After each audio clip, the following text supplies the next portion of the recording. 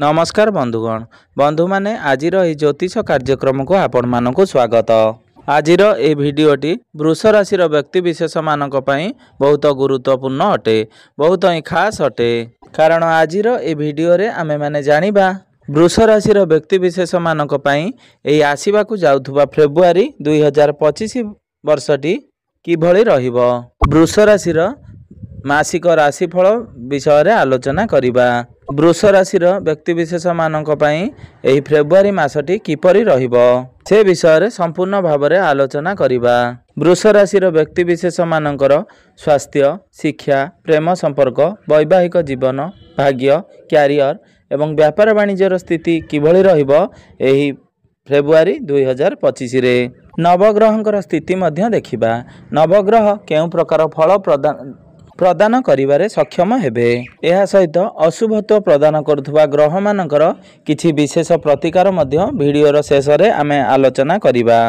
तेबे बंधु माने जदि आपण मानकर वृष राशि होइथाय तेबे भिडियोटी को स्किप न करी थरे मात्र शेष पर्यंत निश्चिंत देखंतु एवं भिडियोटी को गोटे लाइक करी चैनल टी को सब्सक्राइब कर दियंतु। आपण माने जदि सच्चा हृदय रे ईश्वर को भक्ति करुथांती, विश्वास करुथांती तेबे भक्ति एवं श्रद्धार सहित कमेंट बॉक्स रे जय माँ लक्ष्मी, जय श्री जगन्नाथ अवश्य लिखि दियंतु। तेबे बंधु माने आसंतु आरंभ करिबा आजिर एही कार्यक्रम को, जहा कि जन्म राशि एवं चंद्र राशि उपरे संपूर्ण आधारित अटे।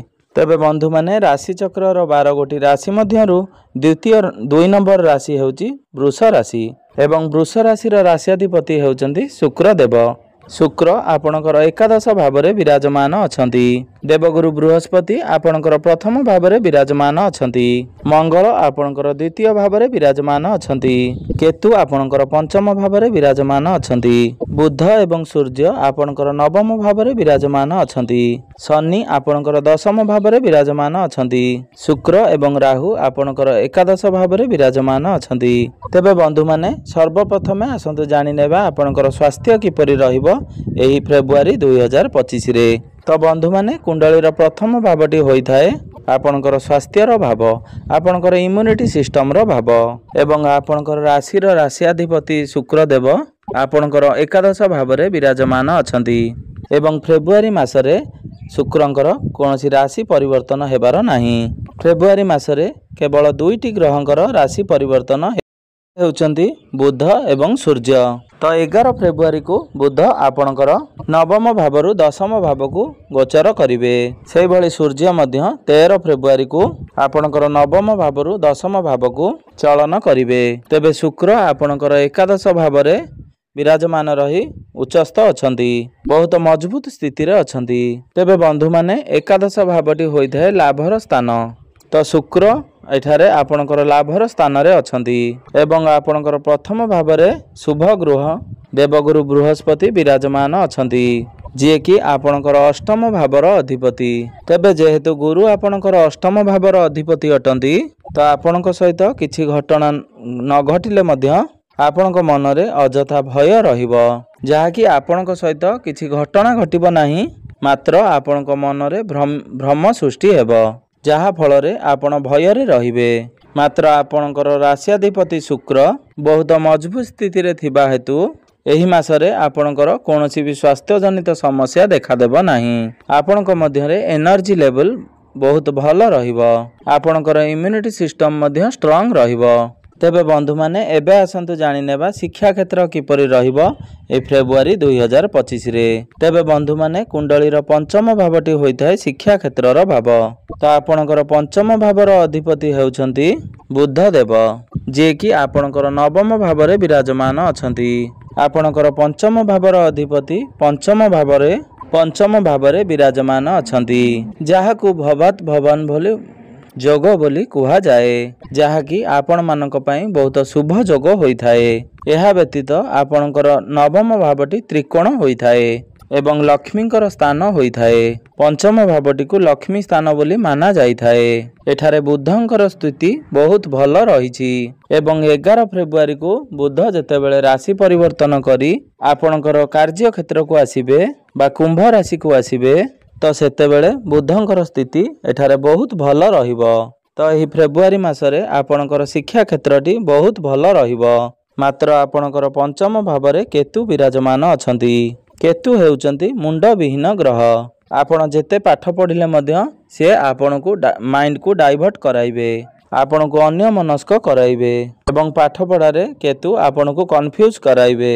ଅର୍ଥାତ୍ ଆପଣ ଯେଉଁ ଲାଇନରେ ପାଠ ପଢ଼ୁଛନ୍ତି ଆପଣ ଭାବିବାକୁ ଲାଗିବେ ଯେ ମୁଁ ଯେଉଁ ଲାଇନରେ ପାଠ ପଢ଼ୁଛି ତାହା ମୋ ପାଇଁ ଉଚିତ ତ, ନା ମୁଁ ଅନ୍ୟ କେଉଁ ଲାଇନରେ ଯିବାର ଥିଲା।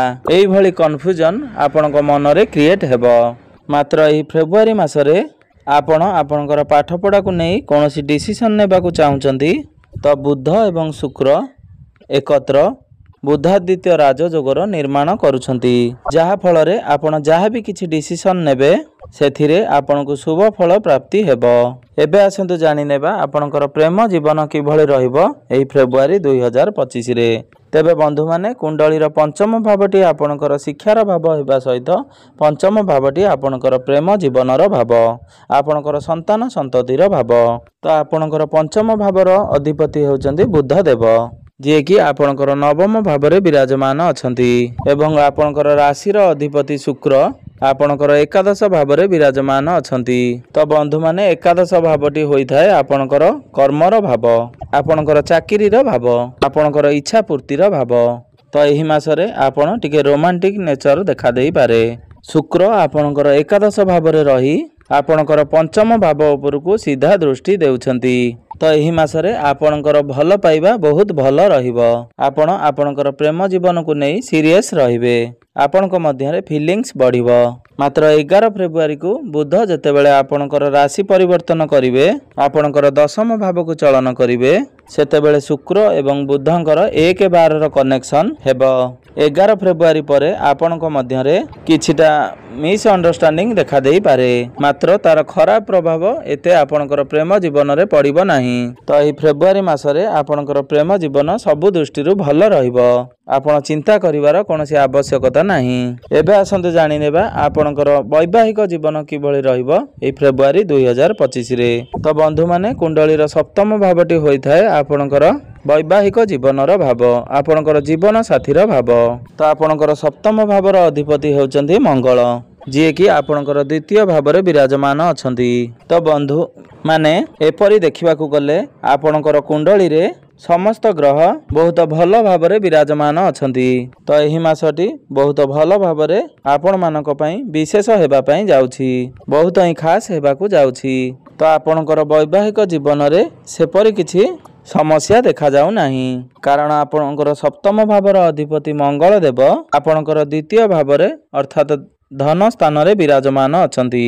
ଆପଣଙ୍କର ପ୍ରଥମ ଭାବରେ ଗୁରୁ ବିରାଜମାନ ହୋଇ ଆପଣଙ୍କର ସପ୍ତମ ଭାବକୁ ଦୃଷ୍ଟି ଗୋଚର କରୁଛନ୍ତି ଏବଂ ଶନିଙ୍କର ଦୃଷ୍ଟି ମଧ୍ୟ ଆପଣଙ୍କର ସପ୍ତମ ଭାବ ଉପରେ ରହୁଛି, ଯାହାଫଳରେ ଆପଣଙ୍କର ଲାଇଫ୍ ପାର୍ଟନରଙ୍କର ନେଚର ଟିକେ ମୋଡ଼ି ସ୍ୱଭାବର ଦେଖା ଦେଇପାରେ। ଆପଣ ନିଜେ ବି ଜାଣିପାରିବାନି ସେ ହଠାତ୍ କରି ଏତେ ଖୁସି ହୋଇଯାଇଛନ୍ତି ଏବଂ ହଠାତ୍ କରି ସେ କେଉଁ କଥାରେ ନାରାଜ ହୋଇଯାଉଛନ୍ତି, ଯେହେତୁ ଶନିଙ୍କର ଦୃଷ୍ଟି ଆପଣଙ୍କର ସପ୍ତମ ଭାବ ଉପରେ ରହୁଅଛି। ତେବେ ବୈବାହିକ ଜୀବନ ଆପଣଙ୍କର ଏହି ଫେବୃଆରୀ ମାସରେ 80ରୁ 90% ଭଲ ରହୁଛି, ମାତ୍ର ଆପଣ ଆପଣଙ୍କର ଜୀବନସାଥୀଙ୍କର ସ୍ୱଭାବକୁ ଟିକେ ବୁଝିପାରିବେ ନାହିଁ। ଯେହେତୁ ଆପଣଙ୍କର ସପ୍ତମ ଭାବର ଅଧିପତି ମଙ୍ଗଳ ଅଟନ୍ତି, ତ ଆପଣଙ୍କର ଜୀବନସାଥୀ ଟିକେ ରାଗି ସ୍ୱଭାବର ହୋଇପାରନ୍ତି, ମାତ୍ର ତାହା ନର୍ମାଲ ରହିବ। ଏବେ ଆସନ୍ତୁ ଜାଣିନେବା ସବୁଠାରୁ ମହତ୍ତ୍ୱପୂର୍ଣ୍ଣ ବିଷୟବସ୍ତୁ ଆପଣଙ୍କର ଭାଗ୍ୟ, କ୍ୟାରିୟର ଏବଂ ବ୍ୟାପାର ବାଣିଜ୍ୟର ସ୍ଥିତି କିପରି ରହିବ ଏହି ଫେବୃଆରୀ 2025ରେ। ତେବେ ବନ୍ଧୁମାନେ, କୁଣ୍ଡଳୀର ନବମ ଭାବଟି ଆପଣଙ୍କର ଭାଗ୍ୟର ଭାବ ହୋଇଥାଏ ଏବଂ ଦଶମ ଭାବଟି ଆପଣଙ୍କର କାର୍ଯ୍ୟକ୍ଷେତ୍ର ଓ କ୍ୟାରିୟରର ଭାବ ହୋଇଥାଏ ଏବଂ ସପ୍ତମ ଭାବଟି ହୋଇଥାଏ ଆପଣଙ୍କର ବ୍ୟାପାର ବାଣିଜ୍ୟର ଭାବ। ତ ଆପଣଙ୍କର ନବମ ଭାବର ଅଧିପତି ହେଉଛନ୍ତି ଶନିଦେବ ଏବଂ ଆପଣଙ୍କର ଦଶମ ଭାବର ଅଧିପତି ହେଉଛନ୍ତି ଶନି। ଶନି ଆପଣଙ୍କର ଦଶମ ଭାବରେ ବିରାଜମାନ ଅଛନ୍ତି। ଦେବଗୁରୁ ବୃହସ୍ପତିଙ୍କର ଦୃଷ୍ଟି ଆପଣଙ୍କର ଭାଗ୍ୟ ଭାବ ଉପରେ ରହୁଅଛି। ତ ଏହି ମାସଟି ଆପଣଙ୍କର ଭାଗ୍ୟ ବହୁତ ମଜବୁତ ରହିବ। ଭାଗ୍ୟ ଆପଣଙ୍କୁ ସବୁ କ୍ଷେତ୍ରରେ ସାଥ ଦେବ, କାରଣ ଭାଗ୍ୟର କାରକ ଗ୍ରହ ଦେବଗୁରୁ ବୃହସ୍ପତିଙ୍କର ଦୃଷ୍ଟି ଆପଣଙ୍କର ଭାଗ୍ୟ ଭାବ ଉପରେ ରହୁଅଛି ଏବଂ ସୂର୍ଯ୍ୟଦେବ ଉତ୍ତରାୟଣ ହୋଇ ଆପଣଙ୍କର ମକର ରାଶିରେ ବିରାଜମାନ ଅଛନ୍ତି, ଅର୍ଥାତ୍ ଆପଣଙ୍କର ନବମ ଭାବରେ ବିରାଜମାନ ଅଛନ୍ତି। ତ ଆପଣମାନଙ୍କ ପାଇଁ ଏହି ଫେବୃଆରୀ ମାସଟି ଏପରି ମାସ ଅଟେ ଯେଉଁ ମାସରେ ଆପଣଙ୍କୁ କିଛି ବଡ଼ କରିବା ପାଇଁ ଭାଗ୍ୟ ଆପଣଙ୍କୁ ପୂର୍ଣ୍ଣ ମାତ୍ରାରେ ସାଥ ମିଳିବ। ଆପଣ ଏହି ସମୟରେ କିଛି ଗୋଟେ ବଡ଼ ଇନଭେଷ୍ଟମେଣ୍ଟ କରିପାରନ୍ତି। ଆପଣ କିଛି ଗୋଟେ ବଡ଼ ପ୍ଲାନିଂ ମଧ୍ୟ କରିପାରନ୍ତି ଏବଂ ନିଶ୍ଚିନ୍ତ ଭାବରେ ଆପଣଙ୍କୁ सक्सेस प्राप्त हेब।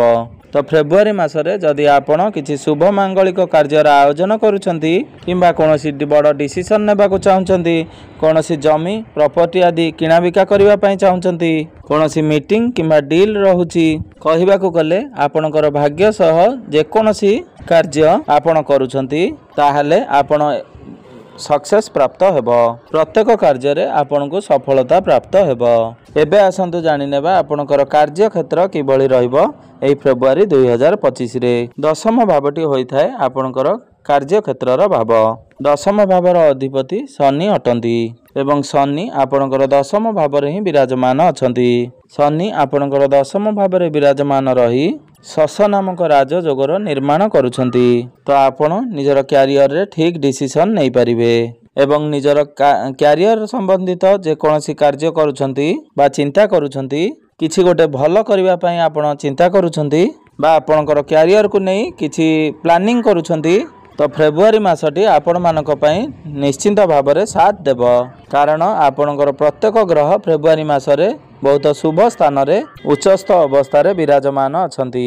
तो आपण क्यारियर को नै जहा भी किछि चिंता करुछंती ताहा आपण निश्चिंत भाबरे करंतु। कारण आपण जदि ताहा करंती सेथिरे आपण को निश्चिंत भाबरे सफलता प्राप्त हेब। एबे आसंतु जानि नेबा आपणकर व्यापार वाणिज्यर स्थिति किभଳି रहिबो ए फेब्रुआरी 2025 रे। तेबे बंधु माने कुंडलीर सप्तम भावटी होइथाय आपणकर व्यापार वाणिज्यर भाव एवं आपणकर सप्तम भावर अधिपति मंगल आपणकर द्वितीय भावरे धन भावरे विराजमान अछंती एवं व्यापार वाणिज्यर कारक ग्रह बुध आपणकर नवम भावरे अर्थात आपणकर भाग्य भावरे विराजमान अछंती। तो व्यापार वाणिज्य मध्य आपणकर ए फेब्रुआरी मासरे बहुत भल रहिबाकू जाउछि। तो बंधु माने बेले बेले बहुत कम समय आस्ताए जो समय रे आमर समस्त ग्रह भल स्थिति रे थांती। तो फेब्रुआरी मासटी आपणक पई बहुत लकी बा सेही भली मास हेबा पई जाउअछि, जेउ मासरे आपणकर प्रत्येकटी ग्रह बहुत भल स्थिति रे रहिबा पई जाउछंती। तो एबे आसंतु जानि नेबा किछि विशेष प्रतिकार विषय रे, जेउ प्रतिकार गुडी को करिबा द्वारा एही मासरे आसुथिबा अशुभत्व गुडी को खंडन होई आपणको शुभ फल प्राप्ति हेबो एवं आपणकर भाग्य रे आहुरी उन्नति आसीबो। तो बंधु माने सर्वप्रथमे हनुमान चालीसार पाठ आपण अवश्य करंतु एवं प्रत्येक दिन आपण गायत्री मंत्रर जप अवश्य करंतु, आपन को शुभ फल प्राप्ति हेबो एवं प्रत्येक दिन बुद्धंकर बीज मंत्रर जप 108 थर करंतु, आपन को शुभ फल प्राप्ति हेबो। तेबे बंधु माने आपणकर जीवन मंगलमय हेउ एहा ही मोर ईश्वरଙ୍କ निकटरे।